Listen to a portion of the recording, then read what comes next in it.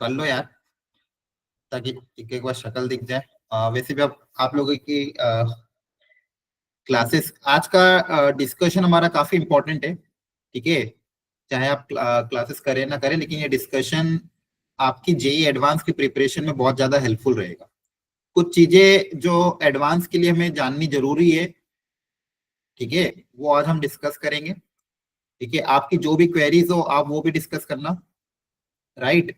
And जो important pattern है या फिर जो इम्पोर्टेंट चीजें जो बिफोर योर प्रिपरेशन स्टार्ट, आपकी प्रिपरेशन चालू हो उसके पहले आपको जो जो चीजें पता होनी चाहिए वो हम आज सारी चीजें डिस्कस करें।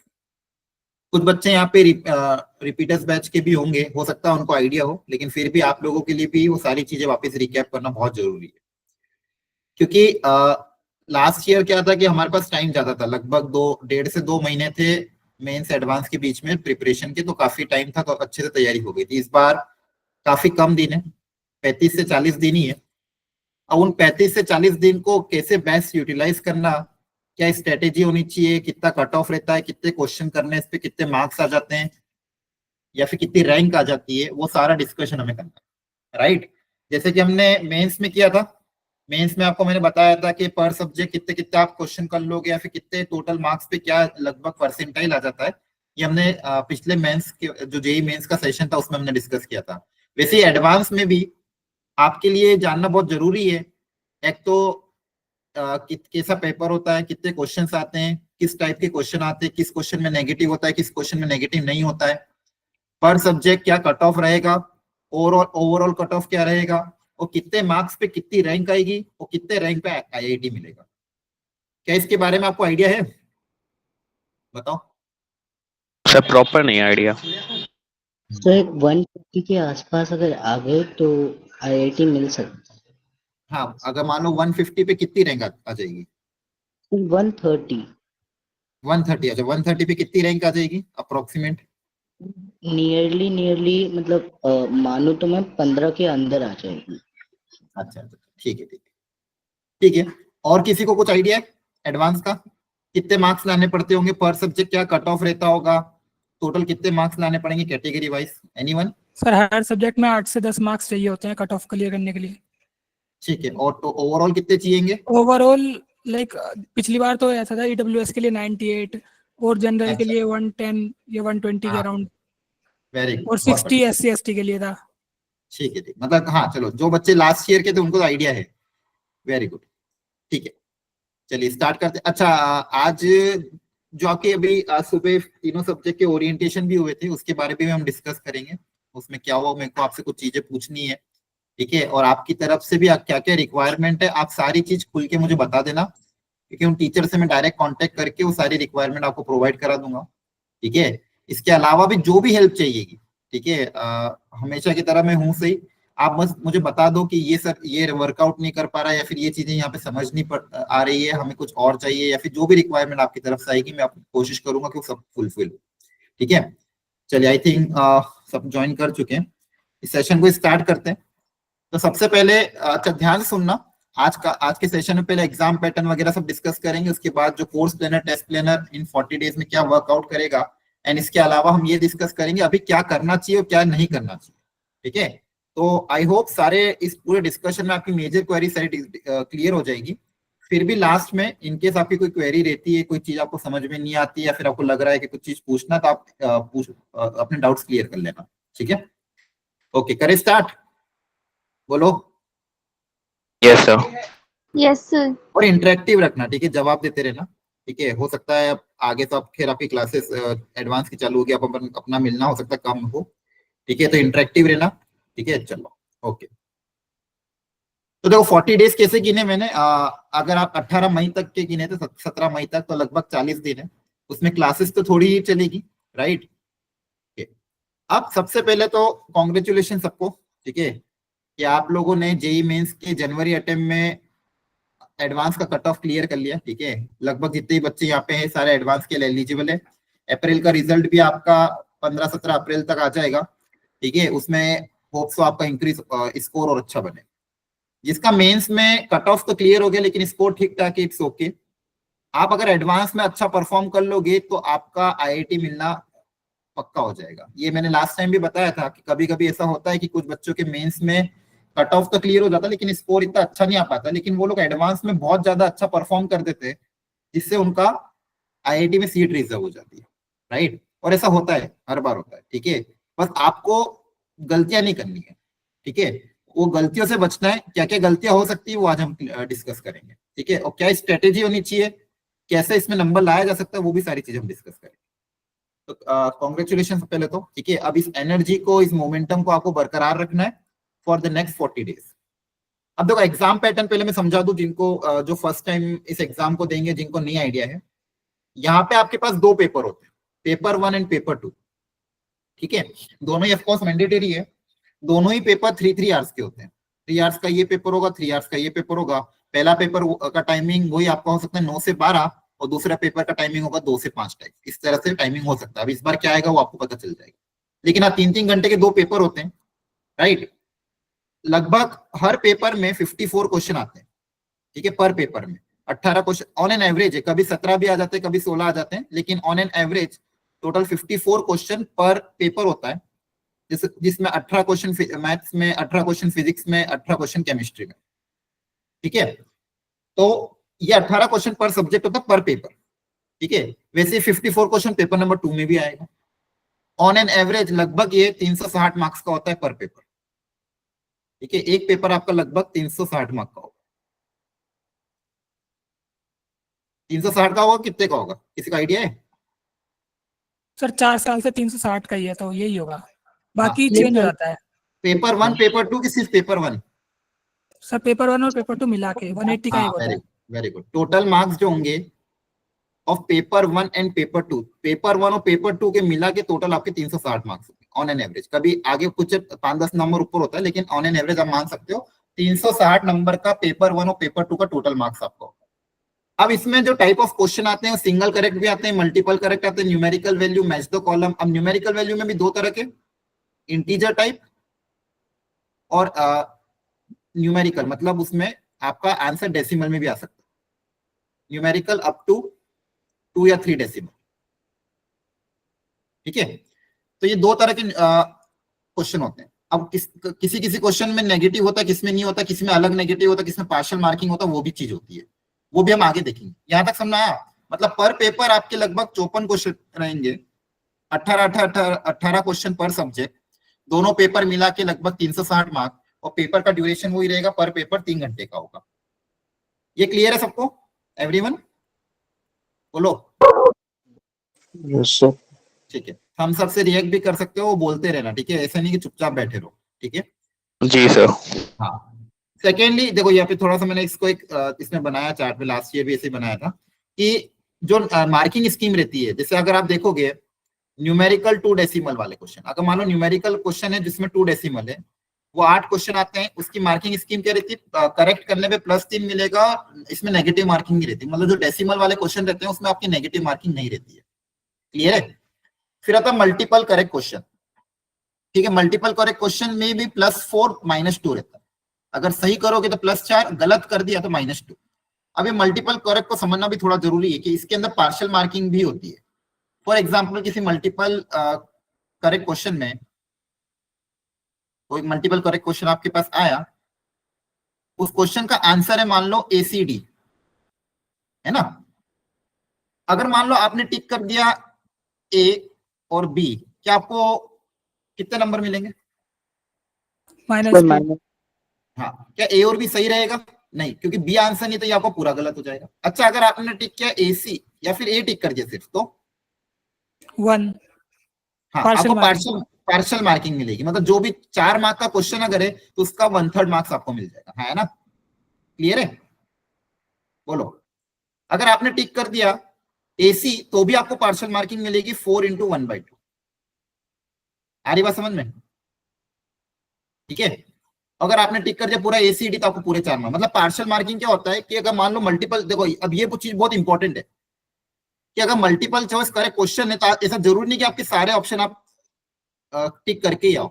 अगर आपने उसमें कभी कभी क्या होता है कि कोई कोई ऑप्शन बहुत इजी होते हैं, ABCD में मान लो कोई कोई ऑप्शन ऐसा है कि जैसे मान लो किसी में डिटरमिनेंट ही पूछा है, तो आप डिटरमिनेंट सिंपल निकाल लिए। फॉर एग्जांपल बच्चे भी 2-3 ऑप्शन आपके टफ थे, आप वो नहीं निकाल पा रहे हो, एटलीस्ट 1-2 ऑप्शन भी अगर आप निकाल लोगे तो भी आपको मार्क्स मिल जाएंगे। पूरा छोड़ने के बजाय आप एटलीस्ट ये कर लो कि उसमें से जो ऑप्शन आपको लग रहा है आसान है या फिर जो लग रहा है कि हाँ ये तो सही है कम से कम, वो तो मैं टिक करके आ जाऊँ।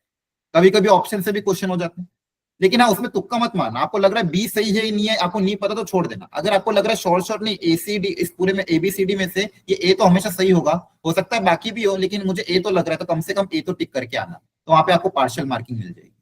हाँ लेकिन अगर आपने गलत ऑप्शन साथ में टिक कर दिया तो पूरे -2 हो जाएगा। क्या इसके बारे में आपको समझ में आया? बोलो, अरे बोलो हाँ या ना।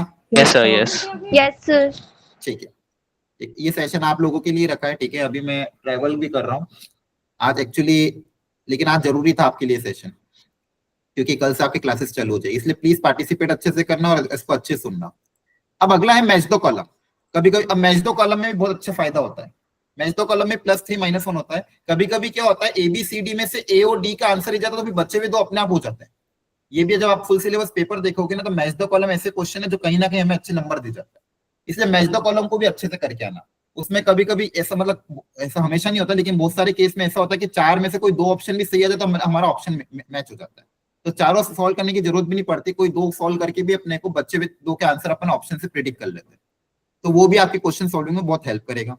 फिर सिंगल करेक्ट क्वेश्चन भी होते हैं जिसमें से +3 -1 मार्किंग होती है, ठीक है। मल्टीपल चॉइस में अगेन +4 -2। न्यूमेरिकल डिजिट, सिंगल जो न्यूमेरिकल डिजिट जो आप कर रहे थे सिंगल इंटीजर टाइप आंसर, उसमें +3 -1 होगा, मतलब जिसका आंसर इंटीजर में आ रहा है उसमें नेगेटिव मार्किंग हुई। नेगेटिव मार्किंग किसमें नहीं होगी? जिसका आंसर डेसिमल में आ रहा है वहां पे आपकी नेगेटिव मार्किंग नहीं होगी, बाकी सब जगह आपकी नेगेटिव मार्किंग रहेगी, और सबकी मार्किंग स्कीम अलग अलग है। तो ये पूरे चार्ट में मैंने आपको समझा दिया, क्या समझ में आ गया सबको? ठीक है, ये ऑन एन एवरेज। तो आपको बस ये 2 चीजें समझनी है, एक तो कि 2 पेपर होंगे, लगभग 54 क्वेश्चन पर पेपर आएगा, 18 क्वेश्चन पर सब्जेक्ट, दोनों पेपर मिला के लगभग 360 मार्क्स होंगे। अब इन 360 मार्क्स में से क्या कट ऑफ रहता है कैटेगरी वाइज और कितने नंबर लाने पे आपको आईआईटी मिल जाएगा आउट ऑफ दिस 360 मार्क्स, वो हम डिस्कस करें। अब देखो ये 2024 का कट ऑफ यहाँ पे आपके सामने है टेबल पे। इसमें अगर आप देखोगे, अगर ये है मतलब जनरल कैटेगरी, अगर जनरल कैटेगरी की बात करें तो कट ऑफ गया था पर सब्जेक्ट 10 मार्क्स, ठीक है। मिनिमम मार्क्स पर सब्जेक्ट, मतलब कम से कम हर सब्जेक्ट में आपको 10 नंबर तो लाने ही पड़ेंगे, और टोटल एग्रीगेट मिनिमम एग्रीगेट था 109 नंबर। ये पिछले साल का कट ऑफ है, थोड़ा इंक्रीज हो गया था, इसके पहले कट ऑफ बहुत लो होते थे, लेकिन 2024 में मेंस और एडवांस दोनों का ही कट ऑफ बढ़ गया था, क्योंकि पेपर का लेवल थोड़ा सा इजी है। लास्ट ईयर की बात कर रहा हूँ, लास्ट ईयर कट ऑफ थोड़ा इंक्रीज हो गया था। मतलब इसका मतलब क्या है, इसको आप समझो पहले कि मिनिमम आपको 10 नंबर तो तीनों सब्जेक्ट में लानी ही है, और टोटल 109 नंबर। तो अगर आप ये दोनों क्राइटेरिया सेटिस्फाई करते हो तो ही आपकी रैंक आएगी, मतलब वो रैंक शो करेगा एडवांस में। अगर एक आधा भी क्राइटेरिया सेटिस्फाई नहीं किया तो आपकी रैंक शो नहीं होगी। फॉर एग्जाम्पल, अब इसको मैं एग्जाम्पल से समझाता हूँ। फॉर एग्जाम्पल, आपके फिजिक्स, केमिस्ट्री और मैथ्स में किसी बच्चे के मान लो, फिजिक्स में मान लो आ गए 15 नंबर, मैथ्स में भी आगे मान लो, फिजिक्स मान लो 45 नंबर आ गए, मैथ्स में आ गए 35 नंबर, केमिस्ट्री में 35 नंबर आ गए, और मान लो मैथ्स में 9 नंबर, ठीक है, या फिर इसको मान लो 55 नंबर, ठीक है। क्लियर है? अब इसके टोटल मार्क्स कितने हो गए? लगभग 109। इसने टोटल वाला तो क्राइटेरिया सेटिस्फाई कर, पर क्या ये इसकी रैंक निकलेगी? बताओ सर जनरल होगा तो नहीं। हाँ, जनरल की बात कर रहा हूँ अभी मैं। अब देखो टोटल मार्क्स तो 109 आ गए, फिजिक्स में 45, केमिस्ट्री में 55, लेकिन मैथ्स में कितने आ गए? 9। मतलब यहाँ पे क्या हो गया, उसका मैथ्स का सब्जेक्ट कट ऑफ क्लियर नहीं हो पाया, तो उसकी रैंक शो नहीं होगी। मतलब तीनों सब्जेक्ट में मिनिमम 10 नंबर तो लाने ही है, और टोटल उसको 109 क्रॉस करने थे। ये 2024 की बात हो सकता है इस बार कट ऑफ रिड्यूस हो जाए, हो सकता है इसके बराबर हो सकता है रिड्यूस हो जाए, कुछ भी हो सकता है, लेकिन 2024 में ये स्थिति थी कि उसको 109 नंबर तो लाने ही थे, ठीक है, और पर सब्जेक्ट में मिनिमम 10 नंबर चाहिए, तो वो उसका कट ऑफ क्लियर हो जाएगा। अब वहीं पे नीचे थोड़ा है, जनरल ईडब्ल्यूएस में 98 था, अगेन लगभग 10 से 12 नंबर का यहाँ पे फर्क पड़ रहा है। ओबीसी का भी लगभग सेम था। एससी का अगर आप देखोगे तो पर सब्जेक्ट, एससी जो बच्चे एससी कैटेगरी के उनका पर सब्जेक्ट मिनिमम 5 मार्क्स है, और ओवरऑल है 54 मार्क्स।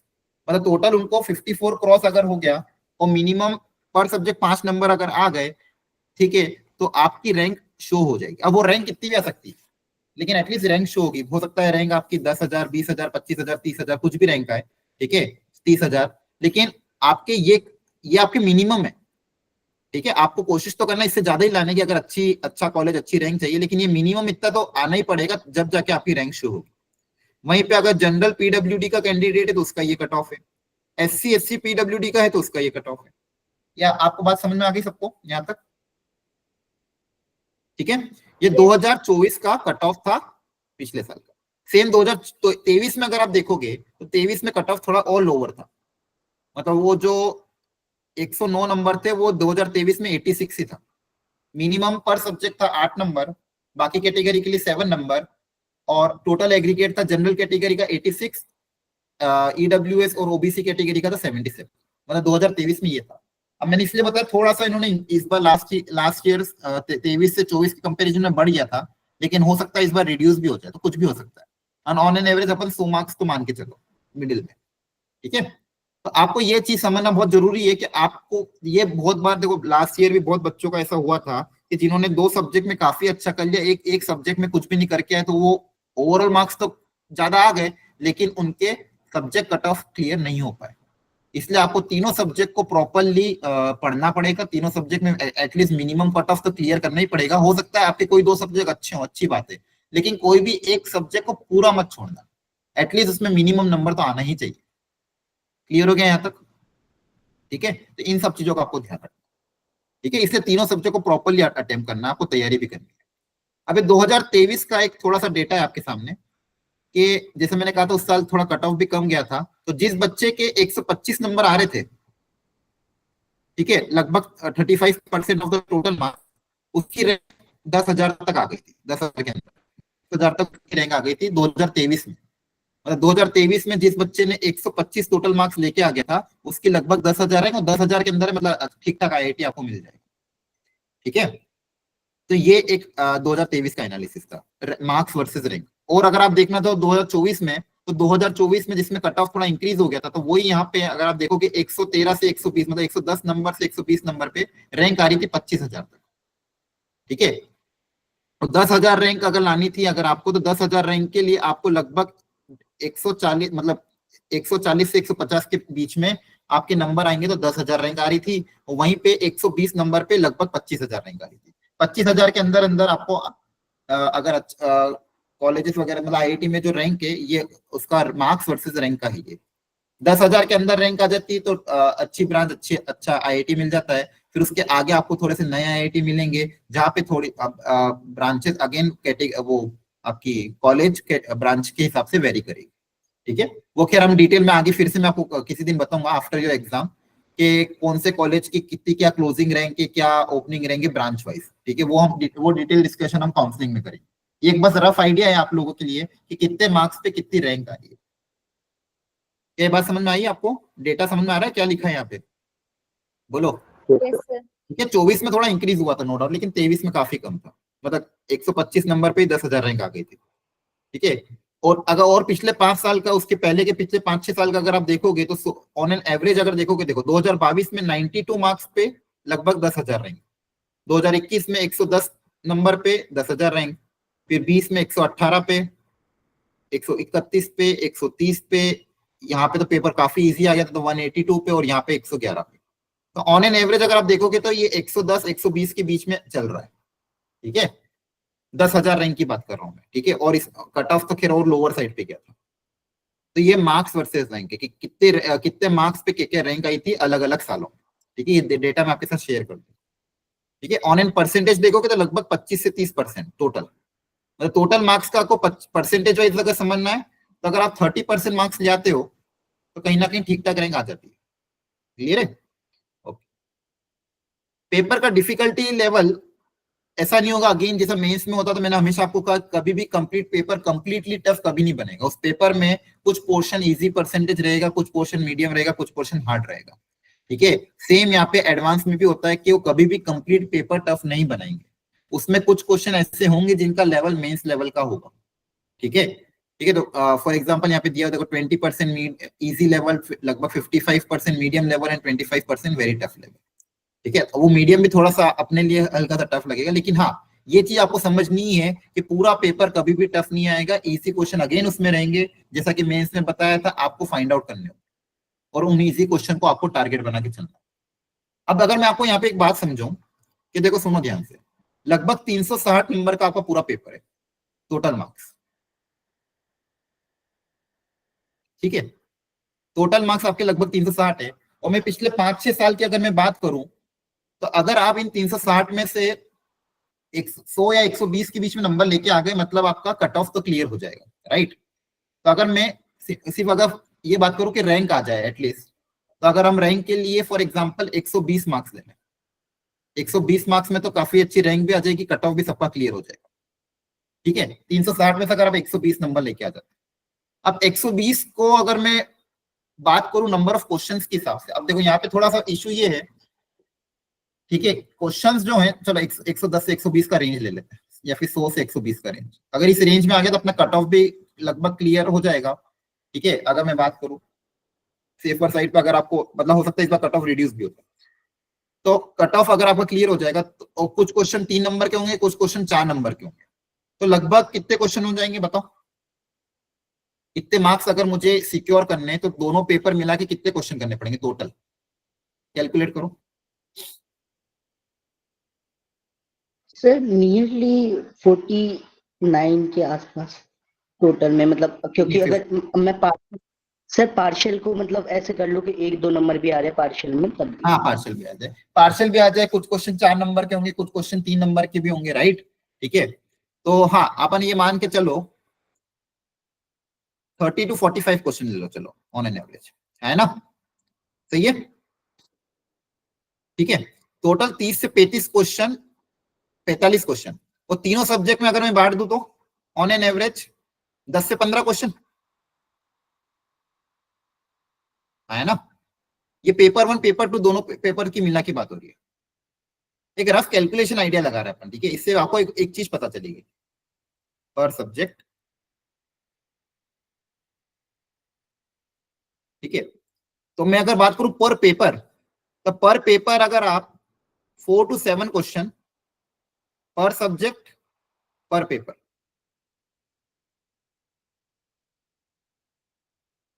ठीक है। तो अगर आप मतलब एक पेपर फॉर एग्जांपल पेपर 1 में 4 से 7 क्वेश्चन हर सब्जेक्ट में अगर आप कर लेते हो, 4 से लेके 7 क्वेश्चन के बीच में, तो ये ओवरऑल बात कर रहा हूँ आपका स्कोर 100 क्रॉस हो जाएगा, कट ऑफ भी अच्छा क्लियर हो जाएगा, रैंक जो कैटेगरी में उनकी रैंक भी अच्छी आ जाएगी। मतलब पर सब्जेक्ट टोटल आपको 18 क्वेश्चन आएंगे, जैसा कि मैंने बताया। उन 18 क्वेश्चन में से आपको टारगेट करना है कि अगर आप 4 से 7 क्वेश्चन, मतलब 4 से 5 क्वेश्चन अगर सही कर लेते हो, तो बहुत अच्छी रैंक, बहुत अच्छा सब कुछ हो जाएगा। ये आपको एक मिनिमम आइडिया लगा कि करना कितना है, एक रफ कैलकुलेशन, है ना, सही किया अपन ने, बोलो, ठीक है।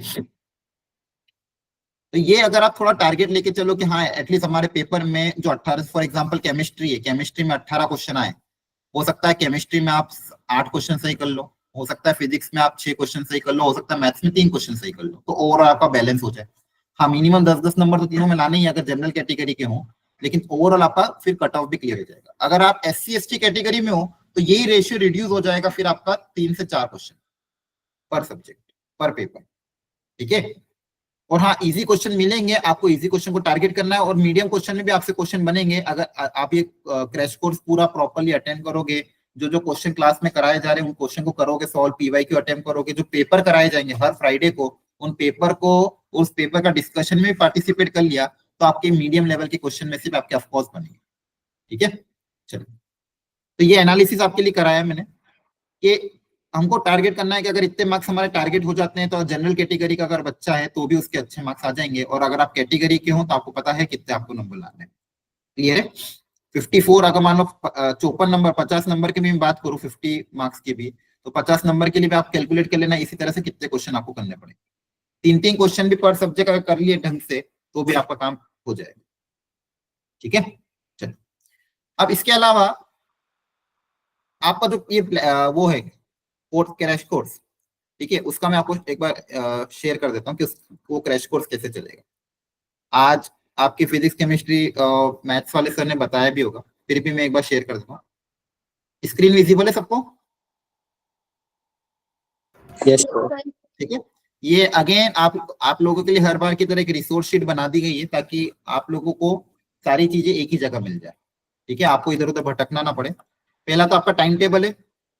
पहली क्लास मॉर्निंग में मुहूर्त में आपकी मैथ्स की हो जाएगी 10 से 11:30, फिर 15 मिनट्स के ब्रेक के बाद फिजिक्स की, और फिर लगभग थोड़े ज्यादा ब्रेक के बाद केमिस्ट्री की, ठीक है। तो ये आपका टाइमिंग है, आपको इसको एकदम ध्यान रखना है। आज ग्रुप में भी इसको मैं डाल देंगे और कल भी आपके पास खेर आ गया था। ये आपके तीनों सब्जेक्ट की टाइमिंग है, मतलब लगभग 4 बजे तक आप फ्री हो जाओ, ठीक है। प्लानर आज आपके साथ डिस्कस हुआ होगा, कौन कौन से सब्जेक्ट में कौन कौन से दिन क्या क्या चीजें कवर होगी। जैसे कल 9 अप्रैल है, फिजिक्स में motion in 1D 2D, chemistry में मोल कॉन्सेप्ट रिडॉक्स रिएक्शन, और मैथमेटिक्स में मैट्राइसेस एंड डिटरमिनेंट, राइट। 10 तारीख को महावीर जयंती है तो उसकी छुट्टी रहेगी, तो आपके लिए एक अच्छा मौका है एक मॉक टेस्ट को प्रिपेयर करने के लिए। तो मॉक 10 तारीख से 11 तारीख को आपका मॉक टेस्ट 1 होगा। मॉक टेस्ट 1 अगेन पूरा जेई एडवांस के पैटर्न पे होगा। थोड़ा सा लेवल टफ आ सकता है एक्चुअल जेई लेवल से, लेकिन आपको प्रॉपरली पेपर अटेम्प्ट करना है। अच्छा, स्टार्टिंग के 2-3 मॉक टेस्ट में हो सकता है नंबर बहुत कम आए। जो लोग पहली बार तैयारी करके दे रहे हैं एडवांस, उनके लिए हो सकता है स्टार्टिंग के मॉक टेस्ट में नंबर कम आए, इट्स ओके। आपको उनसे घबराना नहीं है, आपको पूरे 6 घंटे बैठ के प्रॉपर अपनी तरफ से 100% ट्राई करना है। एटलीस्ट आपको ये कोशिश करना है स्टार्टिंग में कि पर सब्जेक्ट 1-2 क्वेश्चन तो हो जाए कम से कम। इतना भी अगर आप अच्छे से कर ले तो कहीं ना कहीं अच्छी साइड पे, फिर धीरे धीरे कोशिश करना अगले आने वाले पेपर में चीजों को बढ़। तो ये पूरा प्लानर है, ये आज मैं आपके साथ ग्रुप में शेयर कर दूंगा। हाँ, सिलेबस कंप्लीट सिलेबस होगा। मॉक टेस्ट में हमने पार्ट टेस्ट इसलिए नहीं रखा क्योंकि उसका कारण था, पहले कुछ डिस्कशन चल रहे थे कि पार्ट टेस्ट रखें क्या। फिर मेरे हिसाब से सबसे बेस्ट क्या था कि आप लोग अगर फुल सिलेबस दोगे तो उसका फायदा क्या होगा, हो सकता है नंबर कम आए, हो सकता है आप एक पर सब्जेक्ट 1 या 2 क्वेश्चन ही कर पाओ, इट्स ओके। लेकिन पेपर डिस्कशन में क्या होगा, फॉर एग्जांपल कुछ टॉपिक जो यहाँ पे कवर नहीं हो रहे हैं, लेकिन जब उसका पेपर डिस्कशन होगा तो आपका फॉर्मूला रिवीजन बहुत अच्छे से हो जाएगा। तो आपके यहाँ पे अगर आप देखोगे लगभग 7 मॉक टेस्ट है। इस 7 के 7 मॉक टेस्ट में जब 7 बार पेपर डिस्कशन होगा तो 7 बार पूरे सिलेबस का बहुत अच्छे से रिवीजन हो जाएगा और सारे फॉर्मूले आपको रिवाइज हो जाएंगे। हाँ Yashveer. Sir paper discussion mock test के जो अगले दिन होना या फिर उसके थोड़े दिन बाद मतलब रखना, क्योंकि एक्चुअल में ना मॉक टेस्ट देते वक्त जैसे 6 घंटे का देते हैं तो पूरी तरह एग्जॉस्ट। नहीं, तो थोड़े दिन बाद रखेंगे तो फिर चांस ही नहीं है, आप भूल ही जाओ। देख सुनो मेरी बात, मैं समझाता हूँ आपको। देखो आपका पहला पेपर होगा 9 से 12, फिर आपका पेपर होगा 2 से 5। आई नो आप पूरा थक जाओगे। 5 बजे बाद आप एकदम रेस्ट कर लो, कोई दिक्कत नहीं। 5 से 6, 7, 8, 9 तक रेस्ट कर लो, अगले 4 घंटे तक। फिर आपको क्या करना है, पेपर देने के बाद रात को 9 से लेके रात को एटलीस्ट 2-3 घंटे, 2 या 2.5 घंटे, 9 से 10, 10:30, 11 तक जितना आपसे हो पाए। आप ये देखो कि इस पेपर में मैं आपकी पीडीएफ भी भेज दूंगा आप लोगों के लिए, ताकि आपको पूरा डिटेल मतलब खोल के नहीं देखना पड़े। पीडीएफ आपको मैं भेज दूंगा पेपर की। आप बस ये देखना कि कौन से क्वेश्चन मैंने छोड़े, कौन से मुझसे रीअटेम्प्ट हो सकते थे, कौन सा मेरा टारगेट था चैप्टर, मैंने ये चैप्टर मुझे आता है, इस चैप्टर का क्वेश्चन में एक बार और रीअटेम्प्ट कर लो, बस इतना सा आपको देखना है। फिर मॉर्निंग में भी आपको टाइम मिलेगा क्योंकि आपकी क्लास चालू होती 10 बजे, राइट। तो आपको 10 बजे के पहले भी 2-3 घंटे और मिल जाएंगे। क्लियर है? क्योंकि पेपर का डिस्कशन अगले दिन करना जरूरी है, तो ही आपको याद रहेगा कि क्या गलती होती क्या है। अगर मान लो मैं फिर बीच में संडे आ जाएगा, संडे को क्लासेस नहीं लगेगी, फिर अगले इसमें अपन रखेंगे तो बहुत दिन का गैप हो जाएगा, राइट। इसलिए अब ऑन द नेक्स्ट डे ही हम पेपर डिस्कशन करेंगे। थोड़ा सा टाइम आप रात को निकालो, थोड़ा सा टाइम अर्ली मॉर्निंग निकालो। इन एटलीस्ट आपको 5 घंटे तो आराम से मिल जाएंगे रात को और सुबह मिला के 4 से 5 घंटे। उन 4 से 5 घंटे में अच्छे से पेपर एनालिसिस कर सकते हो, जो क्वेश्चन आपसे अटेम्प्ट नहीं उनको रीअटेम्प्ट कर सकते हो, फिर डिस्कशन में पार्टिसिपेट करना, तो आपको बहुत मजा आएगा। फिर अगेन देखो आपका केमिस्ट्री के बाद भी आपको जैसे फॉर एग्जांपल तीसरी जो क्लास होती है उसमें भी आपके बीच में थोड़ा सा गैप है, वहां पे भी अगर आप थोड़ा बहुत करना चाहो तो वहां करना, ठीक है। क्लियर है? हाँ, 3-3 घंटे के पेपर होंगे जैसा जेई एडवांस में होता है वैसे, ठीक है। ऑनलाइन पेपर होगा 3 घंटे सुबह, 3 घंटे दोपहर को। थोड़ी आदत नहीं है आपकी, लेकिन अब आदत बनानी पड़ेगी आप लोगों को। टोटल 7 मॉक टेस्ट होंगे, उन 7 मॉक टेस्ट में बहुत अच्छी आदत बन जाएगी। यशवीर आपका डाउट क्लियर हुआ? Yes sir. सर मतलब एक्चुअल में ना बहुत ज्यादा एग्जॉस्शन हो जाता है 6 घंटे देने के बाद। कोई बात नहीं, वो करना ही पड़ेगा। आप है ना 6 घंटे देने के बाद सो जाना आराम से, 9-10 बजे थोड़ा बहुत देख लेना, फिर अर्ली मॉर्निंग उठ के थोड़ा देख लेना। लेकिन अगले दिन करेंगे तो ही चीजें फायदेमंद रहेगी, अदरवाइज तो फिर माइंड से स्लीप हो जाती है, ठीक है। उसके बाद क्या रहेगा, संडे का आपको ऑफ है, जानबूझ के फ्राइडे सैटरडे क्यों रखा, ताकि ये थोड़े दिन 2 दिन आपके लिए आई नो बहुत एग्जॉस्टिव रहेंगे, लेकिन संडे ऑफ है तो आप क्या कर सकते हो, जो भी आपको इतने दिन पढ़ाया उस कंप्लीट वीक का संडे को आप वापस से रिकैप कर सकते हो, ताकि आपको एक प्रॉपर ब्रेक मिल जाएगा, है ना। फॉर एग्जाम्पल वापस अगले वीक भी सेम चीजें होगी, 3 दिन आपके लेक्चर चलेंगे, 2 दिन आपका पेपर डिस्कशन, और एक और देखो हॉलीडे आ रहा है बीच में, इसमें आपको ब्रेक मिल गया, अच्छा 18 अप्रैल का, ठीक है। फिर आपको संडे को ब्रेक मिल जाएगा, तो ये 2 हॉलीडे तो आपको अच्छे ही है, राइट। पेपर के पहले भी एक दिन छुट्टी है, और फिर आपका जैसे जो भी संडे आएगा ना, संडे को आपको यही करना कि जो भी उस वीक में चीजें कंप्लीट हो चुकी है उसका प्रॉपरली रिकैप कर लेना संडे। उसमें पेपर भी आ गया, और जो जो टॉपिक ऑलरेडी हुए उनको आपको रिकैप करना, शॉर्ट नोट बनाना, शॉर्ट नोट, फॉर्मूला शीट बनानी तो फॉर्मूला शीट, एटलीस्ट रिवीजन आपका अच्छे से हो जाना चाहिए हर संडे, ठीक है। अब यहाँ पे अगर आप देखोगे, आज सर भी जैसे आपको सुबह बता रहे थे, हमारे पास नंबर ऑफ लेक्चर्स काफी कम है, क्योंकि पेपर लेना जरूरी है, पेपर का डिस्कशन भी बहुत जरूरी है। अगेन जो जिस दिन छुट्टी उस दिन छुट्टी भी देना जरूरी है, संडे को आपको एक दिन ब्रेक देना भी जरूरी है, क्योंकि सारे सेशन बहुत एग्जॉस्टिव रहेंगे। उसके बाद बहुत ही कम लेक्चर मिल पा रहे हैं, उन कम लेक्चर में मैक्सिमम जितने हाईली इंपॉर्टेंट टॉपिक जो कवर हो सकते थे वो सारे यहाँ पे कवर हो, ठीक है। एक एक दिन ही हो सकता है, किसी किसी टॉपिक में एक एक दिन ही लगे, लेकिन आपको एक आइडिया मिल जाएगा कि कैसे पीवाईक्यू आते हैं और उसको अटेम्प्ट करने का तरीका क्या रहता है। आपको प्रिपरेशन बिफोर द क्लास बहुत अच्छे से करनी होगी, ठीक है। कैसे करनी है अभी मैं सिखाऊंगा। वो जो बिफोर द क्लास प्रिपरेशन है वो हाईली मैटर करेगी आपकी सिलेक्शन। क्लास के पहले पूरी तैयारी के साथ उस क्लास को अटेंड करना है। जैसा कि मैंने आज ग्रुप में भी आपको, जैसे मैट्रिसेस डिटरमिनेंट कल स्टार्ट होने वाला है, उसके सर ने क्वेश्चन भेज दिए थे, फिर मैंने आपको फॉर्मूला शीट और एक हैंड रिटन नोट्स भेजे थे, राइट। ताकि एटलीस्ट अगर आपके पास फॉर्मूला शीट या हैंड रिटन नोट खुद के नहीं बने हुए हैं, तो आप एटलीस्ट पहले क्लास के पहले रिवाइज करके और उन क्वेश्चन को अटेम्प्ट करके फिर अगले दिन क्लास अटेंड करो। जब आप फिर उस क्लास को अटेंड करोगे तो आपको बहुत कुछ सीखने को मिलेगा, आपको पता चल जाएगा आपने कहाँ गलती करी, जो क्वेश्चन आपको नहीं आता आप उस क्लास में उसको डिस्कस कर सकते हो, हाँ है ना। क्या है बात समझ में आ रही है आपको, बोलो। Yes sir. ठीक है, तो ये प्लानर और ये भी मैं आपके साथ शेयर करूंगा, और कैसे अब इसको अटेम्प्ट करना है वो भी चीजें हम अभी डिस्कस करेंगे। इसके अलावा आपका टेस्ट है, टोटल 7 मॉक टेस्ट होंगे। उसमें से जो बच्चे दिल्ली में हैं उनके लिए 3 ऑफलाइन टेस्ट भी हमने रखे हैं, ताकि आपको माहौल मिल जाए ऑफलाइन टेस्ट देने का।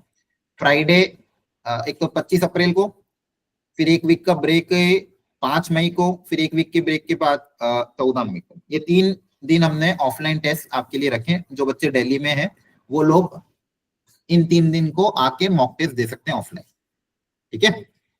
इसके अलावा आज जूम को कैसे यूज करना है, आई थिंक आपका सुबह सेशन हो गया था। ये एक रिकॉर्डिंग भी है अलग से हिंदी और इंग्लिश में, कि जूम को कैसे यूज करना है वो आप यहाँ से देख सकते हो। हाँ, आप लोगों ने आज क्लास गूगल फॉर्म से ज्वाइन करी होगी, हाँ है ना। सबको कोई दिक्कत तो नहीं आई थी क्लास ज्वाइन करने में? No sir.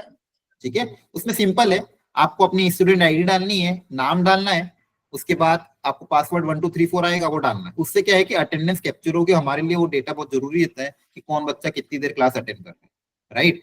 तो वो अटेंडेंस के लिए बहुत इंपॉर्टेंट है। तो आप लोगों को हर क्लास इसी तरह से ज्वाइन करनी है। क्लास के थोड़ी देर पहले 4-5 मिनट पहले गूगल फॉर्म में जाना है और सारी डिटेल फिलअप करके फिर वहां पे आपको लिंक अपने आप मिल जाएगी। आपके क्लास के नोट्स और शॉर्ट नोट्स यहाँ पे मैं अपलोड करूंगा, ठीक है। जैसा कि हर क्लास के बाद ग्रुप में भी आ जाएगा पीडीएफ नोट्स का, और शॉर्ट नोट्स भी आपको अब इस शीट में अपडेटेड मिलेंगे। हो सकता है हर बार हम ग्रुप में ना भेजें, ये शीट आपके पास रहेगी, तो आपको इस शीट पे आना है, क्लास के पहले क्लास के नोट्स के क्वेश्चन और शॉर्ट नोट्स को रिवाइज करके फिर क्लास अटेंड करनी। जैसा कि कल अगर मैट्रिसेस डिटरमिनेंट की क्लास है, तो आज आपको जो क्वेश्चन कल कवर होने वाले हैं उनको एक बार गो थ्रू करना है।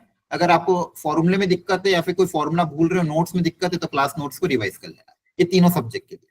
हो सकता है आज फिजिक्स केमिस्ट्री में चीजें नहीं हो, लेकिन वो भी मैं धीरे धीरे अपलोड टाइम से पहले करवा देंगे, ताकि आप लोग एक दिन पहले ही सब चीजें रिवाइज करके फिर अगले दिन की क्लास अटेंड करें, ठीक है। एटलीस्ट आज मैट्रिसेस इन डिटरमिनेंट का कर लेना, फिर कल ये 2 टॉपिक कवर हो जाएंगे। फिर आपको एक दिन का ब्रेक भी है, तो चीजें अच्छे से कवर हो जाएगी।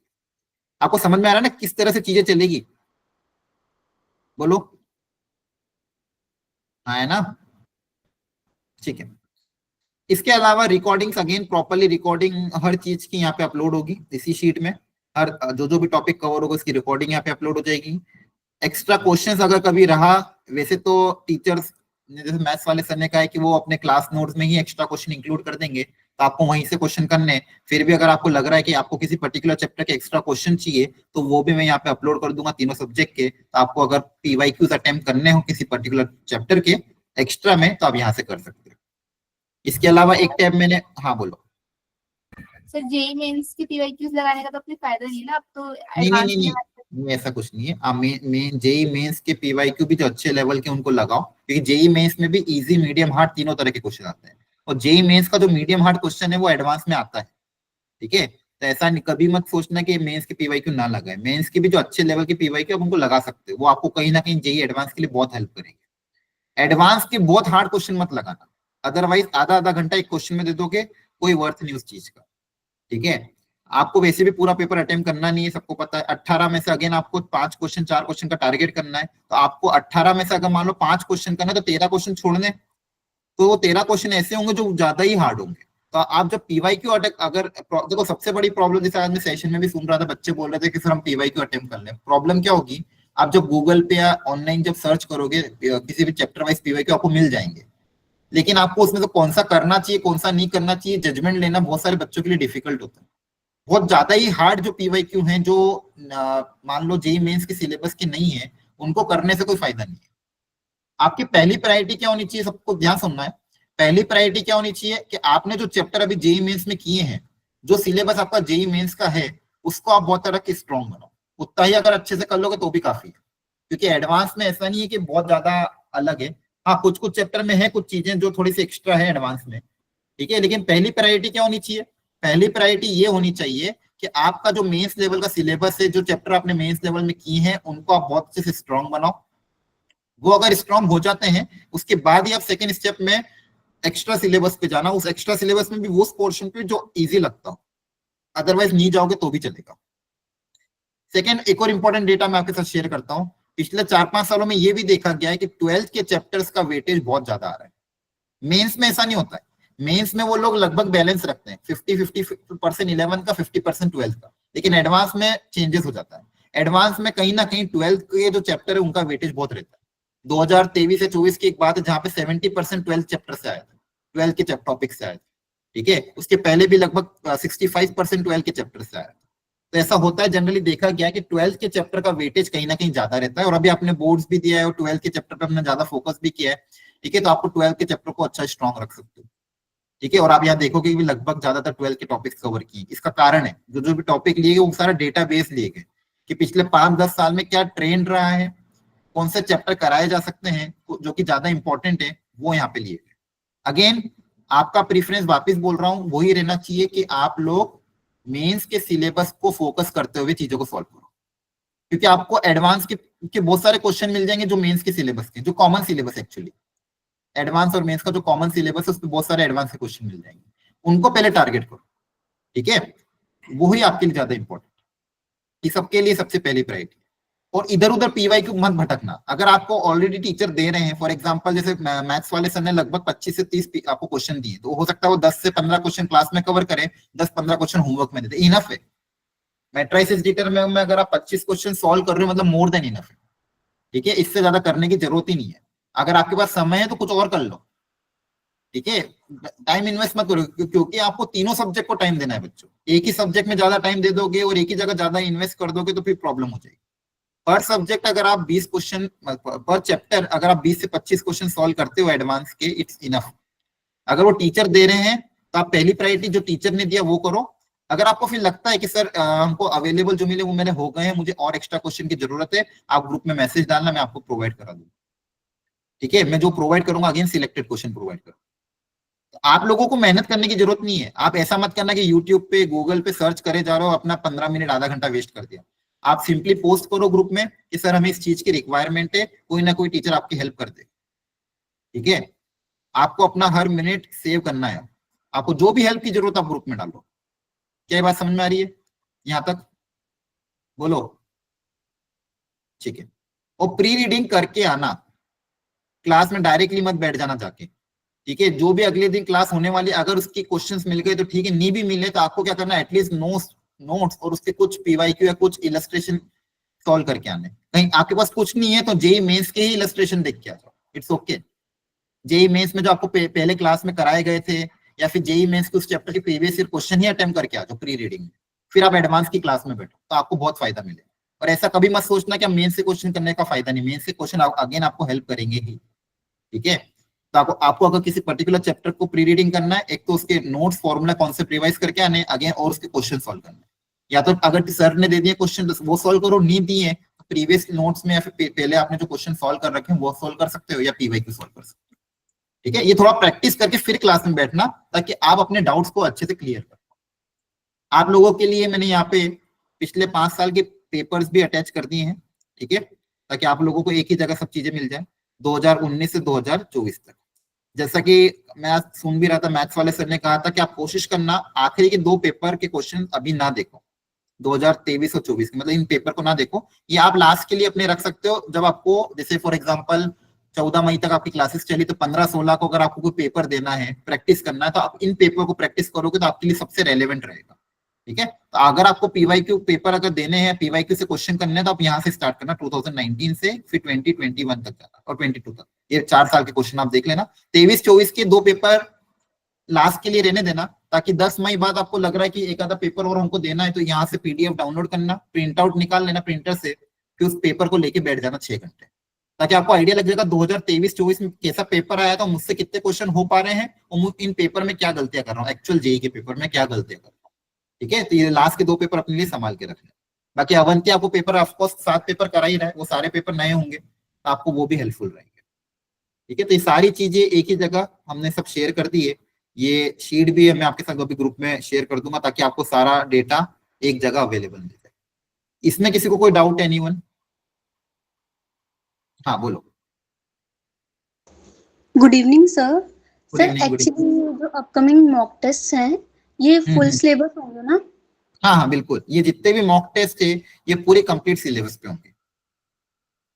सर एक्चुअली मेंस में जो कुछ चैप्टर्स नहीं थे ना केमिस्ट्री के, वो मैंने बहुत पहले लाइक 1 ईयर अगो 12th में किए थे, सॉलिड्स, पी ब्लॉक और सरफेस केमिस्ट्री, लाइक वो हाँ, फुल फ्लेज मैंने लेक्चर एडवांस लेवल के ही किए थे। लेकिन सर अब ये है कि रिवाइज करने में ना मैं कर रही थी तो थोड़ी दिक्कत आ रही है, तो हाँ। मतलब उसको सर करूं या अभी मतलब उस पे टाइम इन्वेस्ट करूं या ना करूं, क्योंकि सर एक तो पी ब्लॉक जो है इसमें 4 क्वेश्चन आए थे एडवांस में अभी। हाँ हाँ मैं समझ गया। देखो मैंने इससे पहले क्या कहा, आपने देखो वो लास्ट टू लास्ट ईयर, मतलब उस बात को लगभग 1-1.5 साल हो गए।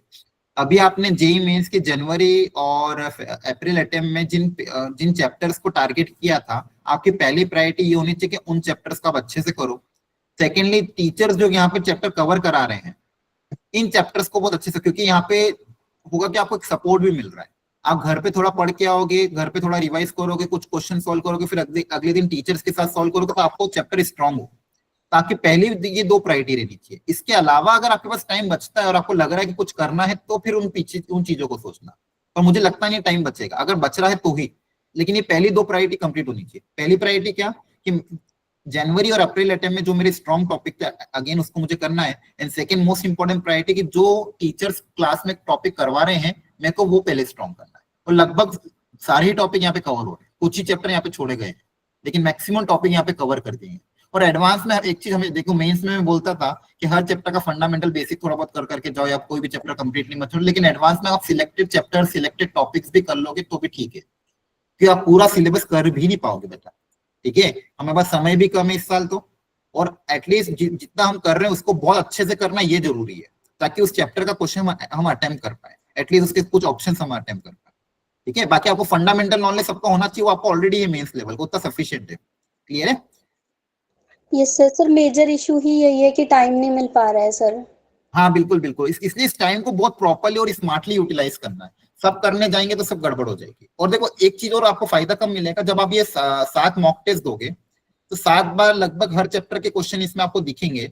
उन 7 पेपर को आप पेपर में अटेम्प्ट करोगे, फिर पेपर के बाद वापस री अटेम्प्ट करोगे, फिर उसका डिस्कशन करोगे, तो 7 बार तो आपका रिवाइज हो जाएगा। उसमें जो चैप्टर आपको थोड़े कम आते हैं, या फिर जो चैप्टर आपके थोड़े डिफिकल्ट है, उनका बेसिक फंडामेंटल भी इन पेपर्स की थोड़ी रिवीजन हो जाएगा तो ठीक है। अगर उस चैप्टर से एडवांस में इजी क्वेश्चन आता है तो आप अटेम्प्ट कर पाओ। ठीक है, बाकी आपके मान लो आपने कुछ चैप्टर सिलेक्टेड किए जिनको बहुत अच्छे से कर लिया, कुछ चैप्टर्स के आपने पेपर के थ्रू ही फंडामेंटल पढ़ लिया। अब वो फंडामेंटल बेस अगर क्वेश्चन एडवांस में आ जाएगा तो अपना फायदा हो जाएगा, नहीं आया तो कोई बात नहीं, है ना। तो आपको पेपर के थ्रू उसका रिवीजन कर लेना है, अलग से मत करने दो। जो टॉपिक यहाँ पे क्लास में कवर हो रहे हैं उनको बहुत स्ट्रॉन्ग कर लो, और जो 7 पेपर होंगे उन पेपर के थ्रू आप बचे हुए टॉपिक को अपना स्ट्रॉन्ग करो। क्या सबको सही लग रहा है जो मैं सर समझा रहा हूँ? Yes sir. सर मैं एक डाउट था सर, जो पेपर वर्क है वो मॉक टेस्ट हुआ करेगा 6 घंटे का, तो सर पेपर बनने के बाद वो गैप हुआ करेगा या लगातार होगा? नहीं 6 गैप घंटे रहता है, गैप 2 घंटे का गैप, गैप मतलब बिना जो गैप मॉक के टेस्ट अभी हमारे अवंती में होंगे उसमें। हाँ हाँ उसमें सब में ओके जगह सर। जैसा एडवांस में होता है वैसा यहाँ पे होगा, ठीक है। Okay sir. गैप रहेगा आपको, बिना गैप के तो ऑफकोर्स नहीं देंगे, 6 घंटे आंखें दुख जाएगी आपकी। जी सर। जी जी ठीक है। और बोलो, और कोई डाउट किसी को?